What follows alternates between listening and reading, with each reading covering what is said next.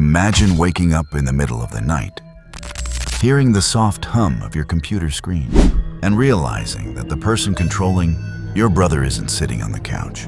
They're inside the walls of your local children's hospital. What would you do if the doctor everyone called a saint was actually a monster hiding behind a medical license? Welcome back to the channel. Today, we're uncovering one of the most disturbing psychological cases ever recorded. Chilling true story of how a trusted pediatrician used a simple Roblox hospital game to trap and manipulate his young patients. But before we dive into how a routine surgery turned into a complete nightmare, let me ask you this. Do you really know who your kids are talking to when they put on their headphones at night? Drop your thoughts in the comments below, and let's find out together as the story unfolds. It all started in a quiet suburban town where Dr. Aryan was loved by everyone. He played games with the kids during recess, handed out candy, and always volunteered for the night shifts. 6-year-old Leo was one of his regular patients, recovering from a minor operation and spending hours playing a custom hospital simulation game on Roblox that Dr. Aryan himself had recommended. At first, it looked like harmless fun, but Leo's older sister Sarah noticed something completely wrong. Leo wasn't just playing the game. He was following invisible rules set by a mysterious player named Dr. Cure. The chat logs weren't about high scores or rare skins. They were cold, precise instructions on how Leo should behave during his next hospital visit, what he should hide from his parents, and how he should keep quiet when the lights went out. Why would a trusted doctor need to secretly coach a 6-year-old child through a video game?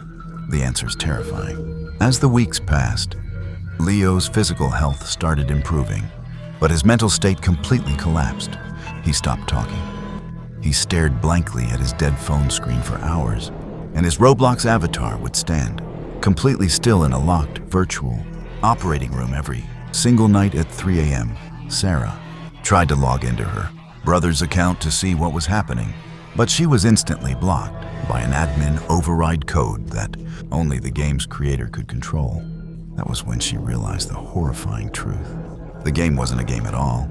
It was a digital cage used to break down a child's mind before they ever stepped foot inside the real operating room. But how far did this sick manipulation actually go? Stick around, because what the police found when they finally broke into the doctor's private clinic at midnight will change the way you look at hospitals forever. It all unraveled on a cold Tuesday night when Sarah decided she couldn't wait any longer.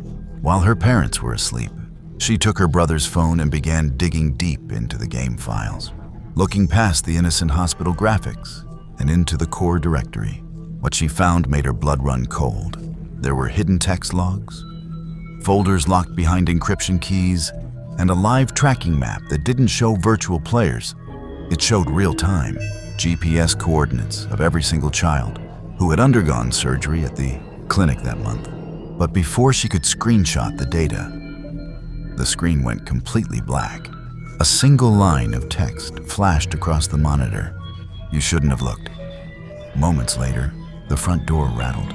Heavy footsteps echoed down the hallway, and through the window, Sarah saw a figure standing in the shadow, wearing a surgeon's mask, holding a phone that was glowing with the exact same game screen. Panic set in. She woke her parents instantly, and within minutes, emergency services were called. But when the police arrived at Dr. Aryan's private clinic for a search warrant, they didn't find an empty building. They found something straight out of a nightmare. The clinic looked normal from the front, but deep inside the basement, behind a heavy, soundproof steel door disguised as an inventory storage room, officers stepped into a horrifying reality. Medical equipment, computers running dozens of Roblox simulation instances simultaneously, and digital archives containing years of psychological manipulation data. But that wasn't even the most disturbing part. Sitting on a chair in the corner of that dark basement, staring blankly at a live stream, was another missing child from the town, completely unresponsive, lost to the digital void. The police immediately handcuffed Dr. Aryan when he stepped out of the back room, showing not a single ounce of remorse, his cold eyes fixed straight ahead. He didn't care about the police, the handcuffs, or the exposure. His mind was entirely trapped in the digital world he had created. But it leaves us with a terrifying question that every single parent needs to answer before it is too late.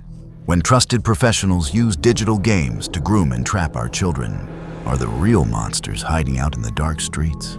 Or are they already walking the bright hallways of our own hospitals? If this story sent chills down your spine, hit that subscribe button right now. Drop a comment telling us if you think online gaming should be strictly monitored. And stay tuned, because we expose the darkest internet mysteries every single week. To truly understand how deep this psychological nightmare went, we have to look back at the weeks before the police raid, right inside the sterile rooms of the recovery ward where children like Leo spent their afternoons. Dr. Aris wasn't just a friendly face, handing out lollipops and checking heart rates. He was meticulously studying each child's psychological weak points, finding out which kids came from broken homes, which ones felt ignored by busy parents, and which ones craved validation the most. He used his position of absolute authority to become their ultimate confidant, positioning himself as the only adult in the world who truly understood them. And how did he reinforce this absolute control? Through the very digital platform they trusted most. A custom-coded Roblox server designed to look like a friendly children's recovery ward, but coded with subroutines that tracked keystrokes, eye movements via connected webcams, and emotional response triggers based on how long a child stared at a specific virtual room. It wasn't about the game mechanics or winning virtual items. It was a sophisticated digital grooming operation, operating right under the noses of families and hospital administrators. When children logged in after midnight, they weren't playing with random internet strangers. They were walking into an isolated virtual trap where the boundaries between medical treatment and psychological manipulation completely dissolved. The chat logs recovered by investigators revealed a chilling pattern of behavioral conditioning where the children were subtly trained to keep secrets from their mothers and fathers, convincing them that the virtual hospital was a safe haven away from the harsh realities of the real world. But as Sarah's digital investigation later uncovered, every single instruction given inside that game had a direct physical counterpart in the real operating theater, proving that the digital cage was merely the preparation phase for something far more sinister. What makes this case so deeply disturbing is not just the crimes themselves, but the terrifying ease with which a trusted professional weaponized modern technology and a child's innocent love for gaming against them. As we dig deeper into the digital archives and forensic reports left behind on that clinic's servers, we uncover a web of deception that stretches far beyond a single town, raising the horrifying possibility that Dr. Aris had left behind similar digital traps in every single medical facility he had ever worked in before. The investigation took a darker turn when forensic cyber experts managed to decrypt the core database of the Roblox server, revealing a hidden tier system that classified children based on their compliance levels. Those who resisted the psychological conditioning were systematically isolated within the game, while those who complied were granted special access privileges, virtual items, and direct communication lines with the creator during the dead of night. What shocked investigators the most was the psychological profile compiled by Dr. Aris himself, detailing how he used a method called digital isolation to sever the emotional bonds between children and their families, making them entirely dependent on his digital persona for validation and safety. Parents who believed their children were simply recovering from surgery or enjoying innocent screen time had no idea that their homes were being digitally mapped through in-game telemetry data, recording room layouts, parent work schedules, and even the exact times the house went completely dark. This meticulous planning transformed a children's hospital into a hunting ground, where trust was currency and technology was the ultimate weapon of control.